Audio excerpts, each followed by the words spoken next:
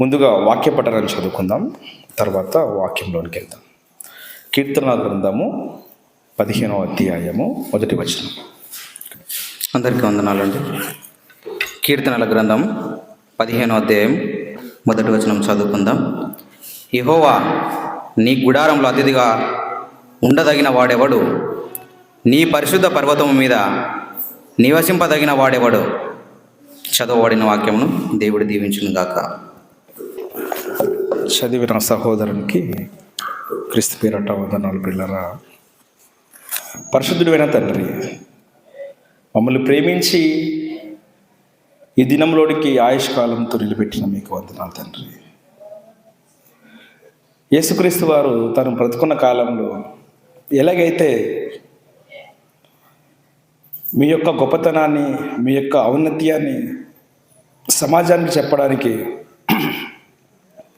ఆ రోజు సువార్త పని ప్రయాణంలో ఉన్నాడు.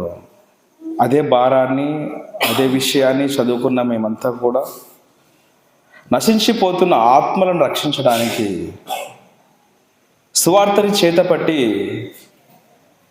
ప్రతి గ్రామంలో మీ యొక్క గొప్పతనాన్ని, అలాగే యేసుక్రీస్తు వారి త్యాగాన్ని చెప్పడానికి పూనుకున్నాం తండ్రి. చెబుతున్న నాకును, వినిచిన మీ పిల్లలకును నోటికి నోరై ఉండి, తోడై ఉండి మీ పరిశుద్ధాత్మ సహాయాన్ని ఇస్తారని నమ్ముతూ ఈ ప్రార్థన మీ కుమారుడు, మా రక్షకుడునైన యేసుక్రీస్తు వారి పేరిట అడుగుచున్నాం తండ్రి, ఆమేన్. ఈరోజు మనం వాక్య పఠనాన్ని చదువుకున్నాం కదా.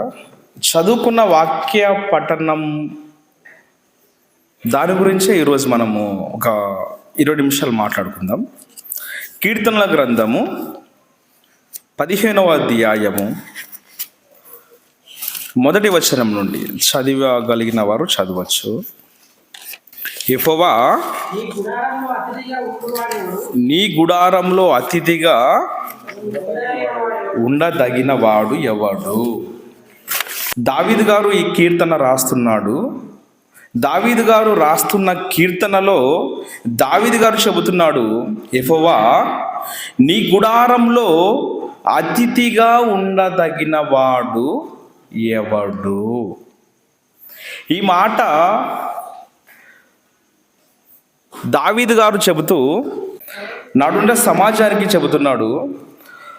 యెహోవా, నీ గుడారంలో అతిథిగా అంటే గెస్టుగా ఉండదగిన వాడు ఎవడు అంటున్నాడు పిల్లరా. అంటే దేవునికి ఈ వచనాన్ని మనం డివైడ్ చేస్తే దేవుడు కనిపిస్తున్నాడు, ఒక గుడారము కనిపిస్తుంది, తర్వాత అతిథి అని కనిపిస్తుంది, అంటే గెస్ట్గా కనిపిస్తున్నారు. దేవుడు ఒక గుడారాన్ని నిర్మించినట్టుగా మనకు తెలుస్తూ ఉంది. ఆ గుడారానికి చాలా మందిని ఇన్వైట్ చేసినట్టుగా తెలుస్తూ ఉంది, అంటే ఆహ్వానించడం తెలుస్తూ ఉంది. ఆహ్వానింపబడిన వారు దేవుని యొక్క గుడారానికి వస్తున్నారా లేదా అనే విషయం మనం ఆలోచిద్దాం పిల్లరా. అసలు మొదటిగా దేవుని గుడారము అంటే ఏంటో తెలుసుకుందాం. తర్వాత మనకు దేవుని గుడారంలో అతిథిగా ఉండగలిగిన వాడు ఎవరో మనకు అర్థమవుతుంది. మొట్టమొదటిగా దేవుని గుడారము అంటే ఏమిటో చూద్దాం. హెబ్రీయులకు రాసిన పత్రిక 11వ అధ్యాయము 9వ వచనం ప్రియులారా. విశ్వాసమును బట్టి అతడును అతనితో ఆ వాగ్దానమునకు సమాన వారసులైన ఇస్సాకు, యాకోబు అనువారు గుడారంలో నివసించుచు అన్య దేశములో ఉన్నట్లుగా వాగ్దాత దేశంలో పరవాసులైరి అని చెబుతున్నారు. ఇక్కడ దేవుని గుడారంలో అతిథిగా నివసించు వాడెవడు అని అన్నప్పుడు దేవుని గుడారము అంటే ఏమిటి అంటే, హెబ్రీయులకు రాసిన పత్రిక 11:9లో దేవుని గుడారము అనగానే మనకి ఇక్కడ కనిపిస్తుంది. నాడు దేవుని గుడారము అనగానే అబ్రహాం గారు, ఇస్సాకు గారు, యాకోబు గారు నివసించడానికి ఏర్పాటు చేసుకున్న గుడారాలనే గుడారాలు అన్నట్టుగా మనకు కనిపిస్తుంది. దేవుని గుడారం అనగానే పితరులు నివసించినటివి మాత్రమే గుడారాలు అని అనుకుందామా? దేవుని నివాసము లేదా దేవుడు ఇన్వైట్ చేశాడు, మనల్ని ఆహ్వానించాడు. కీర్తన గ్రంథము 15:1 చూసుకున్నట్టుగా దేవుని గుడారము అనగానే ఏంటి అని ఒకసారి క్వశ్చన్ చేస్తే, దేవుని గుడారము అనగానే హెబ్రీ 11:9 ఆ రోజుండే పితరులు ఏర్పాటు చేసుకున్న గుడారాలు లేదా ఇలాంటి నివాసాలని గుడారాలు అని అన్నారు. అంటే దేవుడు ఇన్వైట్ చేశాడని చెప్పాం కదా. దేవుని గృహంలో అతిథిగా ఉండదగిన వాడు ఎవడు అని అన్నప్పుడు దేవుని గుడారము అంటే నాడు అబ్రహాం గారు, ఇస్సాకు గారు, యాకోబు గారు నివసించినదే దేవుని గుడారమా అంటే దేవుని గుడారము ఇది కాదు అని మనకు అర్థమవుతుంది మరొక వచనాన్ని చూసినప్పుడు. 2 పేతురు 1 అధ్యాయము 13 14 మరియు మన ప్రభువైన యేసుక్రీస్తు నాకు సూచించిన ప్రకారము నా గుడారము త్వరగా విడిచి పెట్టవలసి వచ్చినని ఎరిగి నేను ఈ గుడారంలో ఉన్నంత కాలము అంటున్నాడు. గుడారము అనగానే పాత నిబంధన గ్రంథంలో అబ్రహాం గారు, ఇస్సాకు గారు, యాకోబు గారు నివసించినది గుడారము అని మనం పాత నిబంధన గ్రంథంలో చూస్తాం కదా. చెబుతూ పేతురు గారు గుడారము అనగానే పాత నిబంధనలు ఏమో ఇల్లు కనిపిస్తుంది, గుడారము అనగానే క్రొత్త నిబంధనలకు వచ్చేసరికి పేతురు గారు చెబుతున్నాడు ఈ శరీరమే గుడారము అంటున్నాడు. ఈ 2 వచనాలు దేవుడు మనకు చెప్పాడు కదా, దేవుని గుడారంలో అతిథిగా ఉండదగిన వాడు ఎవడు అని అన్నప్పుడు దేవుని గుడారం అంటే ఇప్పుడు ఇల్లా లేకుంటే శరీరమా? ఇల్లు అని ఒకవేళ అనుకుంటే ఇక్కడ పేతురు గారు చెప్తున్నాడు ఇల్లు కాదు శరీరమే, నా శరీరమే గుడారము అంటున్నాడు.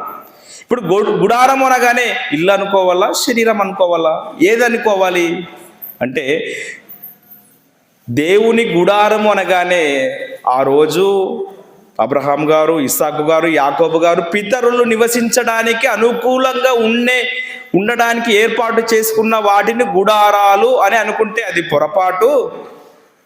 పేతురు గ్రంథంలో పేతురు గారు చెబుతూ ఇదిగో నా శరీరమే గుడారము అని అన్నాడు కదా, ఇది అనుకుంటే కూడా పొరపాటు. అసలు గుడారం అంటే ఏమిటి అనేది చూస్తే గుడారానికి దేవుడే మీనింగ్ చెప్తా ఉన్నాడు. గుడారం అనగానే పాత నిబంధనలో గ్రంథంలో నివసించడానికి యోగ్యమైన దానిని గుడారము అన్నారు.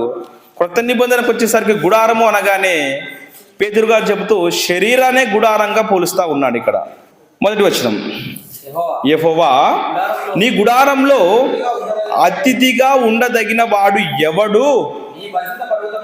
నీ పరిశుద్ధ పర్వతం మీద నివసింపదగిన వాడు ఎవడు? నీ గుడారంలో అతిథిగా అన్నాడు. గుడారం అంటే ఏంటయ్యా అనేసరికి పాత నిబంధనలో పితరులు ఏర్పాటు చేసుకునడానికి నివాస యోగ్యమైన ఇల్లా గుడారము అంటే కాదు అని పేతురు గారు చెబుతూ ఈ శరీరమే గుడారము అన్నాడు. శరీరం గుడారమా లేకపోతే నివాస యోగ్యమైనది గుడారమా అని అంటే దేవుడు మరలా చెబుతున్నాడు నీ పరిశుద్ధ పర్వతము మీద నివసింపదగిన వాడు ఎవడు అంటున్నాడు. దేవుడు ఒక క్లూ ఇస్తున్నాడు. నివసించడానికి కొన్ని టెంట్లు వేసుకుంటాం కదా, ఇంగ్లీష్లో టెంట్ అంటాం, గుడారం వేసుకుంటాం కదా, అది నివాస యోగ్యంగా అది నేను ఇన్వైట్ చేసేయడానికి గుడారం అది కాదయ్యా. పేతురు గారు చెప్తున్నట్టుగా గుడారం అంటే శరీరము కాదు. వాళ్ళు గుడారం అంటే ఏంటి అంటే నీ పరిశుద్ధ పర్వతం మీద నివసింపదగిన వాడు. పరిశుద్ధ పర్వతం అనగానే పర్వతాలు అనగానే ఎక్కడ ఉంటాయి? టెంట్లో ఉంటాయా, గుడారాల్లో ఉంటాయా, మన శరీరంలో ఉంటాయా అని అంటే పర్వతాలు ఈ భూమిపైన ఉంటాయి. ఈ భూమిపైన పర్వతాలు ఉన్నాయంటే దేవుని లెక్కలో టెంటు కాదు, దేవుని లెక్కలో శరీరము కాదు అన్నది మనకు అర్థమవుతుంది. అసలు గుడారము అనగానే ఏమిటి అనేది మరొకసారి చూస్తే కొరింథీయులకు రాసిన 2వ పత్రిక 5వ అధ్యాయము 1వ వచనం, ప్రియులారా, భూమి మీద మన గుడారమైన ఈ నివాసము శిథిలమైపోతుందంట. భూమి మీద మనం నివాసం చేసుకునే ఏదైనా కానీ శిథిలమైపోతుంది. గుడారము అనగానే మనం ఇల్లు అనుకున్నా అది శిథిలం అవుతుంది. గుడారం అనగానే శరీరం అనుకున్నా అది శిథిలమైపోతుంది. గుడారము అనగానే ఈ భూమి మీద మనము ఇల్లు కట్టుకున్నా, బిల్డింగ్లు కట్టుకున్నా, పెద్ద పెద్ద అంతస్తులు కట్టుకున్నా, దుబాయ్లో చూస్తే బుర్జ్ ఖలీఫాలు కట్టుకున్నా అది ఇప్పటికీ అందంగా చూడడానికి, నివసించడానికి అవకాశం ఉన్నప్పటికీ కూడా ఒక రోజు వస్తుంది. ఆ రోజు వచ్చేసరికి ఏమవుతాయి? ఇవన్నీ కూడా శిథిలమైపోతాయని చెప్పాడు దేవుడు. దేవుడు శిథిలమైపోతాయని చెబుతూ మరలా నేను ఇన్వైట్ చేస్తున్నాను, నేను ఆహ్వానిస్తున్నాను, గుడారంలో నివసింపగలవాడు ఎవరు అంటున్నాడు. శిథిలమైపోతున్న ఈ ప్రపంచంలో మరలా చెబుతున్నాడు దేవుడే, ఆహ్వానించాడంట, అతిథిగా పిలిచాడంట. రండి మీరందరూ నా గుడారంలోనికి అతిథిగా వస్తారా అంటే, గుడారము అనగానే టెంట్లు కాదు, అంటే గుడారాలు కాదు, శరీరము కాదు. వాళ్ళు గుడారం అంటే ఏంటయ్యా అంటే ఈ ప్రపంచాన్నే, ఈ భూమినే దేవుడు గుడారంగా చేసి మనకిచ్చాడు. యోబు గ్రంథము 37:12. ఆయన వలన నడిపింపబడినవై నరులకు నివాస యోగ్యమైన భూగోళము అంటున్నాడు. కొరింథీయులకు రాసిన పత్రికలో గుడారము శిథిలమైపోతుంది, అది నివాస యోగ్యంగా కొన్ని రోజులు కనిపించినప్పటికీ కూడా శిథిలమైపోతుంది అని అన్నప్పుడు, శిథిలమైపోతున్న ఈ లోకంలో మళ్ళీ యోబు గారు చెబుతున్నాడు, నరులకు నివాస యోగ్యమైనది భూగోళము అంటున్నాడు. నరులకు నివాస యోగ్యమైన భూగోళము ఇది ఉన్నప్పటికీ కూడా కాలము గడిచిపోతున్నప్పుడు, కాలం గతించిపోతున్న సమయానికి వచ్చేసరికి దేవుడు చెబుతున్నట్టుగా ఈ గుడారాలన్నింటినీ కూడా శిథిలమైపోతాయి. ఈ గుడారాలను నమ్ముకొని మీరు ఉన్నారా, మీరు కూడా శిథిలమైపోతారు అని చెబుతున్నాడు. శిథిలమైపోతున్న ఈ గుడారాలలో దేవుడు పర్వతాలను పెట్టాడంట. శిథిలమైపోతున్న ఈ గుడారాలలో సెలయేళ్ళు పెట్టాడంట. శిథిలమైపోతున్న ఈ గుడారాలలో సముద్రాలను పెట్టాడంట. ఏంటయ్యా శిథిలమైపోతుంది కదా, ఇవన్నీ ఎందుకోసమో అంటే నరులకు నివాస యోగ్యంగా ఉండటం కోసం ఇవన్నిటిని నేను ఏర్పాటు చేశాను అంటున్నాడు. దేవుని గుడారంలో అతిథిగా ఉండడానికి నరుడు వస్తున్నాడు అంటే వీటన్నిటిని నేను ముందుగానే ప్రిపేర్ చేయాలి, సిద్ధం చేయాలి. దేవుడు సిద్ధం చేయకపోతే మనం ఎక్కడొచ్చి ఉంటాం?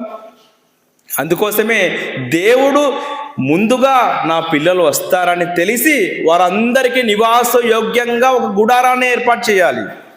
నేను సృష్టించిన ఈ భూక్రమంలో, ఈ భూమిపైన మీరంతా గుడారాలు వేసుకుంటున్నారు. ఇది గుడారము, మీరు నివసించడానికి యోగ్యంగా ఒక ఇల్లు కట్టుకుంటున్నారు, అది గుడారం అనుకుంటున్నారు.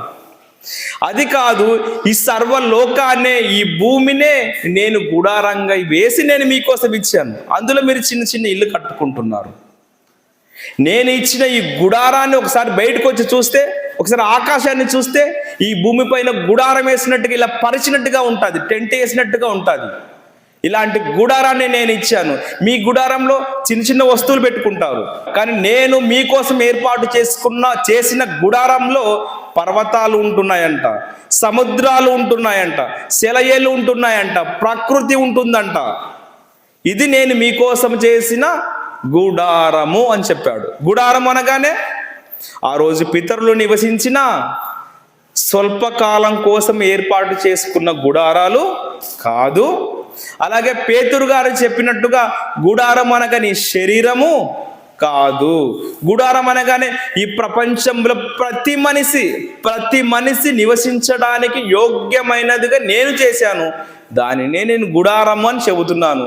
ఆ గుడారంలో అతిథిగా ఉండదగిన వాడు ఎవరు అని చెబితే యోబు గ్రంథము 37:12 చెబుతున్నాడు. మరలా నరులకు నివాస యోగ్యమైన భూగోళము. యెహోవా నీ గుడారములో అతిథిగా ఉండదగిన వాడు ఎవడు అంటే ఇప్పుడు మనకేమర్థమైంది? మనమే. ఈ శరీరంతో మనల్ని సృష్టించుకున్నాడు కదా, 5, 6, 7 అడుగుల మనిషిని సృష్టించుకున్నాడు కదా. ఈ ప్రతి మనిషిని దేవుని గుడారంలో అతిథిగా ఉండడానికి పిలిచాడు. వచ్చా మనమంతా ఈ భూమిపైకి వచ్చిన మనమంతా కూడా ఏం చేస్తున్నాం? దేవుని కోసం ఏర్పాటు చేసుకున్న ఈ గుడారాలలో దేవుని మాటలు వినిపిస్తూ ఉంటే ఈ గుడారంలో దేవుడు ఉండకుండగా దేవుని కోసం ఏర్పాటు చేసిన గుడారానికి ఈ గుడారమే రాకుండా పోతా ఉంది. పేతురు గారు అన్నట్టుగా ఈ గుడారం అని శరీరాన్ని అనుకుంటే, అబ్రహాం గారు నివసించిన కాలాన్ని బట్టి గుడారం అనుకుంటే ఒక నివాస యోగ్యం అనుకుంటే, ఆ రోజు దావీదు గారు కట్టించాడు కదా యెరూషలేములో పట్టణంలో, అది గుడారం అని ఒకవేళ అనుకుంటే, ఆ గుడారం కోసం చేసుకున్న ఏర్పాట్లలో మరొక గుడారం రాలేకపోతా ఉంది.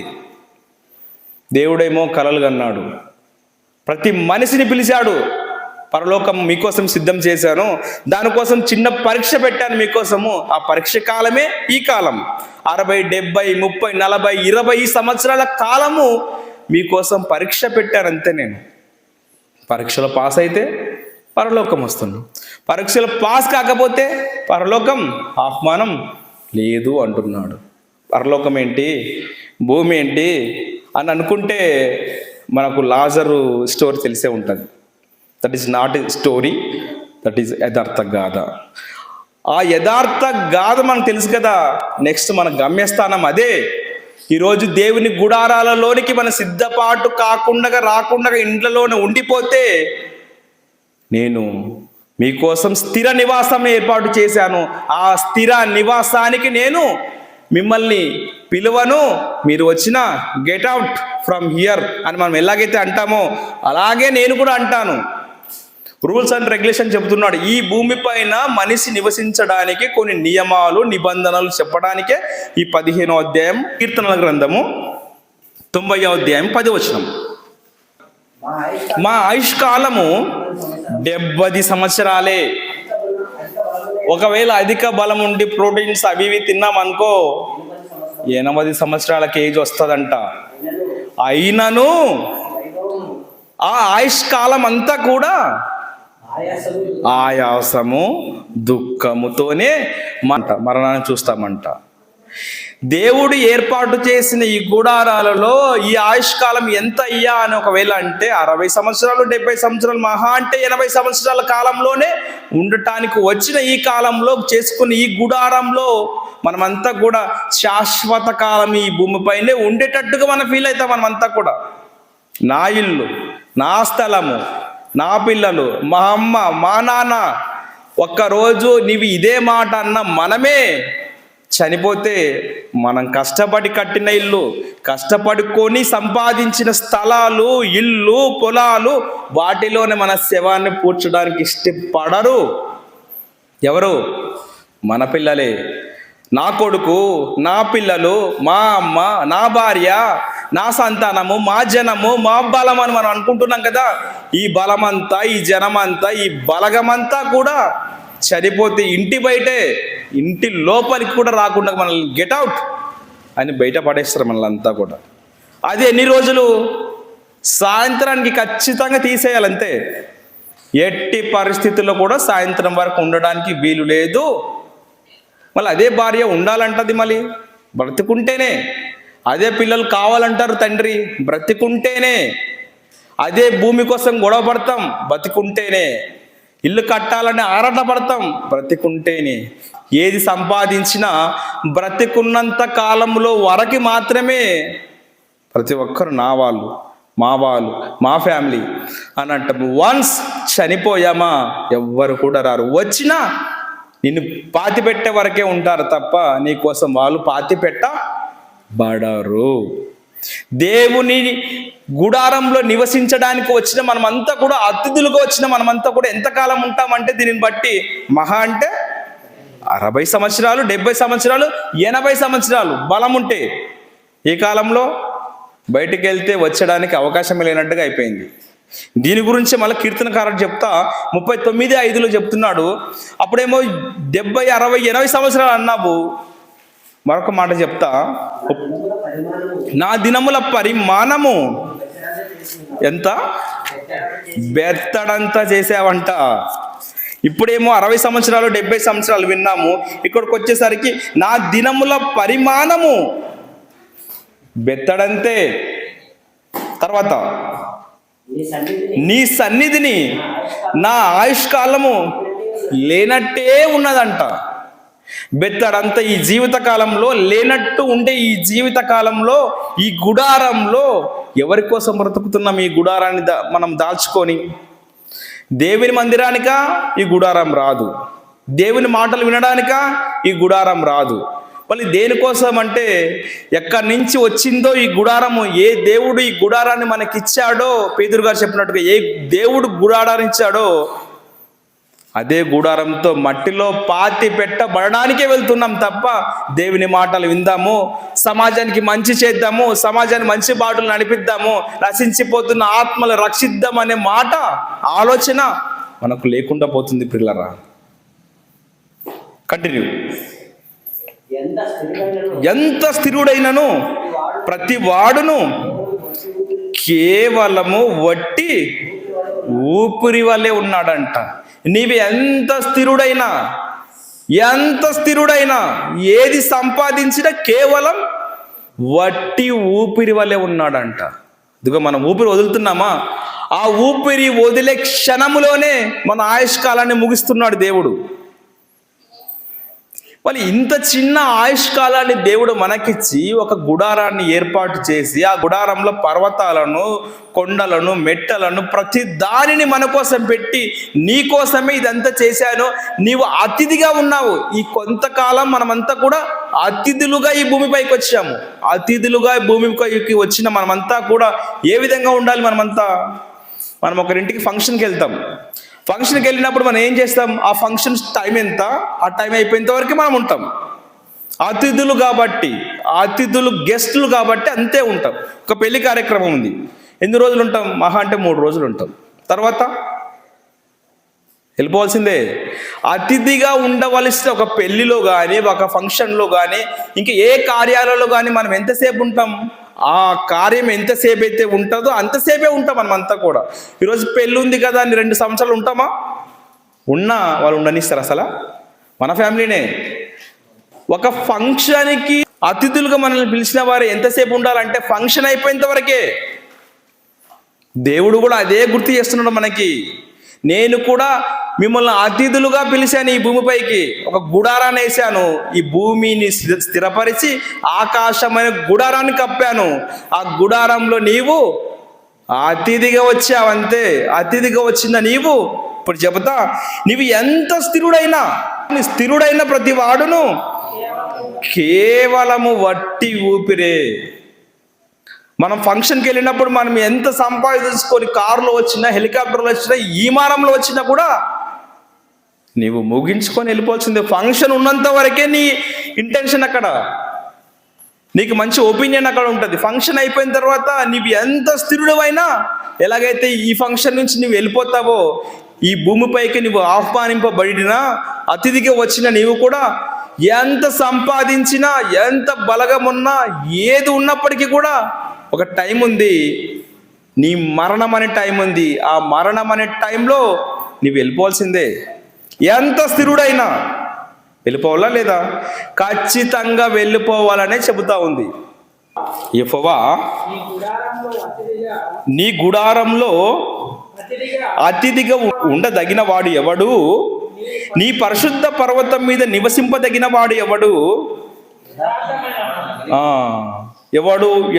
ఎవడు అన్నాడు కదా, ఆ ఎవడు గురించి చెబుతా ఉన్నాడు. ఇప్పుడు 2వ వచనం, యథార్థమైన ప్రవర్తన కలిగి ఉండాలంటే ఈ భూమిపైన యెహోవా అతిథి గృహంలో ఉండవలసిన వాడు ఎవరు అంటే యథార్థ ప్రవర్తన కలిగి ఉండాలంటే ఈ భూమిపైన. నేను మోసాలు చేస్తా, కుట్రలు చేస్తా అంటే సరిపోదు. తర్వాత నీతిని అనుసరించాలా. ఈ గుడారాన్ని ధరించుకున్నాను, నాకు ఇష్టం వచ్చినట్టుగా బ్రతుకుతానంటే, ఈ గుడారంలో అతిథిగా ఉండడానికి వచ్చిన నీవు నీకు ఇష్టమైనట్టుగా రాలేదు, నీకు ఇష్టం వచ్చినట్టుగా చేయడానికి ఈ గుడారం ధరించుకొని ఈ భూమిపైకి రాలేదు.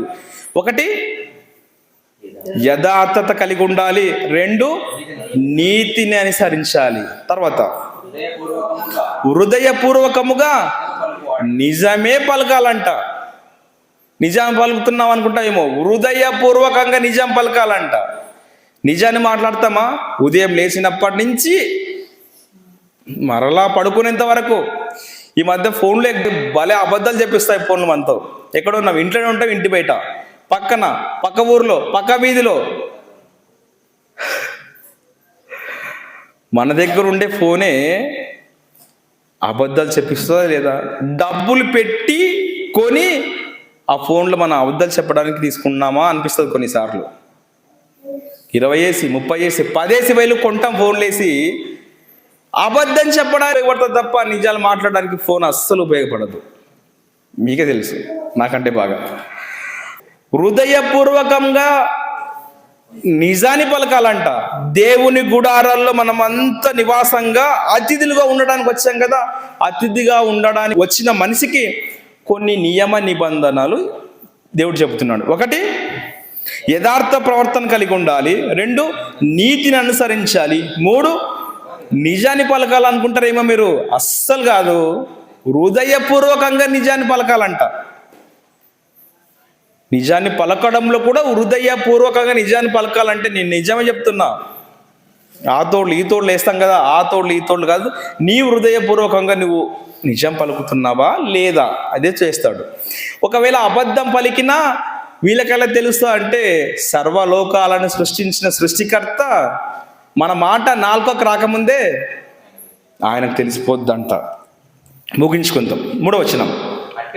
అట్టివాడు నాలుకలతో కొండెములాడడు. ఎట్టివాడు? యథార్థమైన ప్రవర్తన కలిగిన వాడు, నీతిని అనుసరించిన వాడు, హృదయపూర్వకంగా నిజము పలుకువాడు. అట్టివాడు నాలుకలతో కొండెములాడడు, తల చెలికానికి కీడు చేయడంట. చెలికాడు అంటే ఫ్రెండ్స్ అనుకుంటాం. అలాగే పక్కన వాడు, మన ఇంటి పక్కన వాడు, నైబర్ అంటాం ఇంగ్లీష్లో. ఇంటి పక్కన వాడికి ఏం చేయడు? అస్సలు కీడు చేయడంట. తన చెలికానికి కీడు చేయడు, తన పొరుగువాని మీద అస్సలు నిందమవ్వడంట. ఇలాంటి వాడే యెహోవా గుడారంలో అతిథిగా ఉండడానికి వీలు కలిగిన వ్యక్తి. 4వ వచనం. దేవుని గుడారంలో అతిథిగా ఉండడానికి వచ్చిన వాని దృష్టికి నీచుడు అసహ్యుడు అంట. నీచుడు అంటే ఒక్క మాటలు చెప్పాలంటే దేవుని మాటలు పట్టించుకొని ప్రతి ఒక్కరు కూడా అంతే. తర్వాత అతడు యెహోవా యందు భయభక్తులు గల వారిని సన్మానించును. ఎవరు? దేవుని గుడారంలో అతిథిగా ఉండడానికి వచ్చిన వాడు, అతని దృష్టికి నీచుడు అసహ్యుడు అంట. ఒకవేళ యెహోవా గుడారంలో అతిథిగా ఉండదగిన వాళ్ళలో ఉండవలసిన క్వాలిటీస్ ఏమంటే, దేవుని యందు భయభక్తులు కలిగిన వారిని సన్మానిస్తాడంట. శాలువ కప్పి దండేసి దండ పెట్టడం కాదు, ప్రైజ్ ద లార్డ్ చెప్పడము కాదు, వందనాలు అని చెప్పడం కాదు, వందనాలయ్యా అని చెప్పడం కూడా కాదు. మళ్ళీ ఏంటి? దేవుని శాసనాలు ఏవైతే రాయించాడో 66 గ్రంథంలో వీటన్నిటినీ అనుసరించడమే సన్మానించడం. తర్వాత అతడు ప్రమాణము చేయగా నష్టము కలిగినను మాట తప్పనే తప్పడంట. ఒకవేళ ఏదైనా మాట కమిట్మెంట్ ఇచ్చాడనుకో, పక్కల వారికి, ఫ్రెండ్స్కి, పక్కనింటి వారికి, ఇంక ఎవరికైనా తెలిసిన వారికి ఒక మాట ఇచ్చాడనుకో, ఒకవేళ ఆ మాట ఇచ్చిన మాటలో అతనికే నష్టం కలిగితే కూడా మాట తప్పడంట. అలా మాట తప్పని వాడు ఎవడు? దేవుని గుడారంలో అతిథిగా ఉండడానికి వచ్చిన వాడు. ఇవన్నీ క్వాలిటీ చెప్తున్నాడు. తర్వాత తన దగ్గర ఉండే డబ్బుని అస్సలు వడ్డీలకి ఇయ్యడంట. ఇంకా చూసుకుందాం మనమే. మనం దేవుని గుడారంలో అతిథులమా ఎవరా అనేది. తర్వాత 5వ వచనం. తన ద్రవ్యము వడ్డీకి ఇయ్యాడు, నిరపరాధిని చెరుపుటకై అస్సలు లంచాన్ని పుచ్చుకోడంట. దేవునికి ఆదికాండం నుండి ప్రకటన గ్రంథం వరకు ఒక మాట అంటే చెడ్డ చిరాకు, లంచం అనే మాట. నిరపరాధి కోసం ఒకవేళ చెరపడానికి లంచాన్ని పుచ్చుకుంటాడా అంటే అస్సలు పుచ్చుకోడంట. నీతి మంత్రిని చంపడానికి ఆ రోజు ఏదైతే బాప్తిస్మిచ్చి యోహాను తల కొట్టించిందో, ఆయన నిరపరాధుడా అపరాధుడా? నిరపరాధుడైన దేవుని భక్తుని తల కొట్టించింది ఆ రోజు, లంచం పుచ్చుకొని. తర్వాత ఈ ప్రకారం చేయువాడు ఎన్నడూను కదల్చబడడంట. ఏ ప్రకారం చేయువాడు? 15వ అధ్యాయము 1 నుంచి 5 వచనాలలో దేవుడు ఏదైతే రాయించాడో ఈ ప్రకారము చేయువాడు అస్సలు కదల్చబడడంట. ఇవన్నీ రూల్స్ అండ్ రెగ్యులేషన్స్, నియమ నిబంధనలు ఎక్కడ, ఎప్పుడు, ఎవరికి అని ఒకవేళ అంటే ఈ శరీరాన్ని దాల్చుకొని వచ్చింది మనకు ఈ 70 సంవత్సరంలో, ఈ 80 సంవత్సరంలో బ్రతికిన ఈ చిన్ని కాలంలో అతిథిగా ఉండటానికి ఈ భూమిపైకి వచ్చిన మనందరికీ ఇన్ని రూల్స్ అండ్ రెగ్యులేషన్స్ పెట్టాడు. ఇన్ని కట్టడాలు ఉన్నాయి, ఇన్ని అర్హతలు ఉండాలి ఈ భూమిపైన నివసించాలంటేనే. ఈ భూమిపైన నివసించడానికి దేవుడు ఇన్ని అర్హతలు పెడితే పరలోకానికి యేసుక్రీస్తు వారి పక్కన సిలువలో వేసాం కదా, మనం కూడా అలాగే లాస్ట్లో బాప్తిజం తీసుకుందాం అనుకుంటున్నామా? పాసిబుల్. చాలామంది కరోనా టైంలో ఇదే చేశారంట. చనిపోతున్నాం కదా, ఎలాగో పాజిటివ్ వచ్చింది, మాకు బాప్తిస్మం ఇయ్య అన్నారంట. బయటికే అలో లేదు బాప్తిజం వరకు. అలాంటి కష్టం ఒకవేళ మనకు వస్తే యేసుక్రీస్తు వారి సిలువలో ఎలాగైతే దొంగను రక్షించాడో ఆ విధంగా దొంగలాగా రక్షింపబడతామని అని ఒకవేళ అనుకుంటే అది అస్సలు కాని పని. ఈ భూమిపైన నివసించడానికి 5 వచనాలలో చాలా పెద్ద చరిత్ర అని చెప్పాడు. ఈ భూమిపైన నివసించడానికి మీరు ఒకవేళ వస్తే ఇన్ని రూల్స్ అండ్ రెగ్యులేషన్స్, ఇన్ని అర్హతలు కలిగి ఉండాలి మీకు అందరికీ కూడా. ఇన్ని అర్హతలు లేకుండా ఈ భూమిపైన నివసించడానికే మనం యోగ్యులు కానప్పుడు పరలోకాన్ని మనకి ఇచ్చేసాడా అంటే మన గుండె మీద చేసుకొని మనం ఈజీగా చెప్పచ్చు, నాకు పరలోకం ఖచ్చితంగా రాదు అని. మళ్ళీ ఏం చేయాలా? ఈ భూమిపైన నిజంగా బతుకు. ఈ భూమిపైన నీ పొరుగు వారిని అస్సలు ఇబ్బంది పెట్టకు. ఈ భూమిపైన మనం ఉన్నప్పుడు నీ పొరుగువాడు ఇబ్బందిలో ఉంటే నువ్వు సహాయం చేయడానికి అనువుగా ఉన్నప్పటికీ కూడా సహాయం చేయకపోతే అది కూడా పరలోకానికి ఇన్విటేషన్ కానే కాదు అని చెప్తున్నాడు దేవుడు.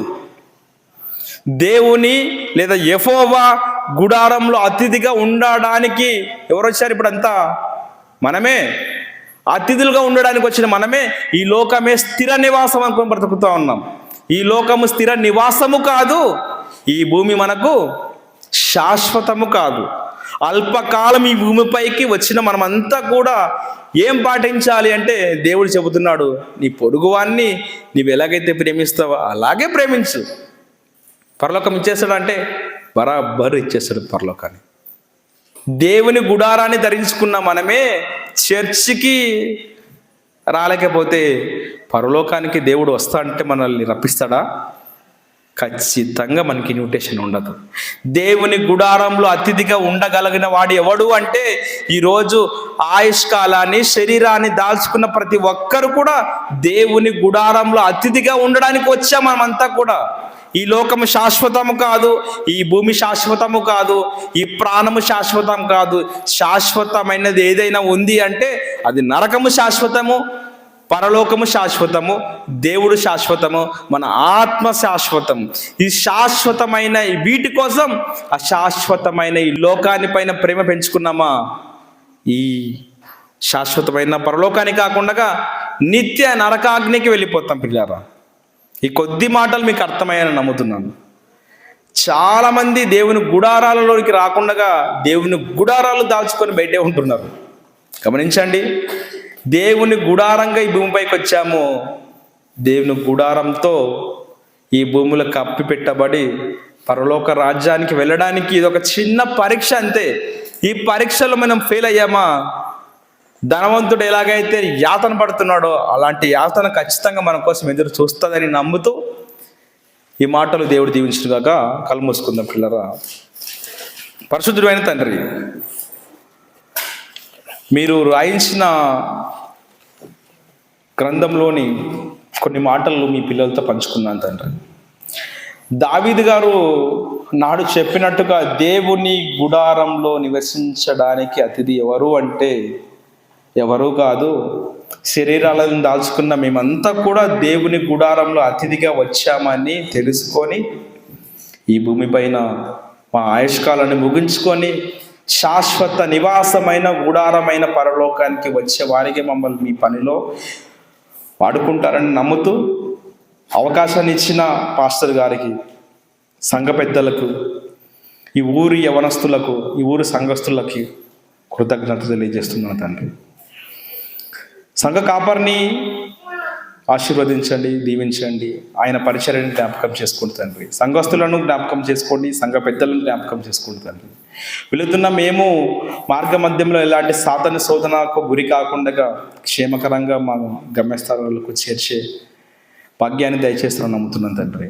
ఈ మాటలను ఏవైతే చెప్పానో అది మీ పరిశుద్ధాత్మ ప్రేరేపణ చెప్పాను తండ్రి. ఇందులో ఏవైనా మిస్టేక్స్ ఉంటే మీరు క్షమిస్తారని నమ్ముతూ ఈ ప్రార్థన మీ కుమారుడు మా రక్షకుడైన యేసుక్రీస్తు వారి పేరిట అడుగుచున్నాను తండ్రి. ఆమేన్. Thank you sir.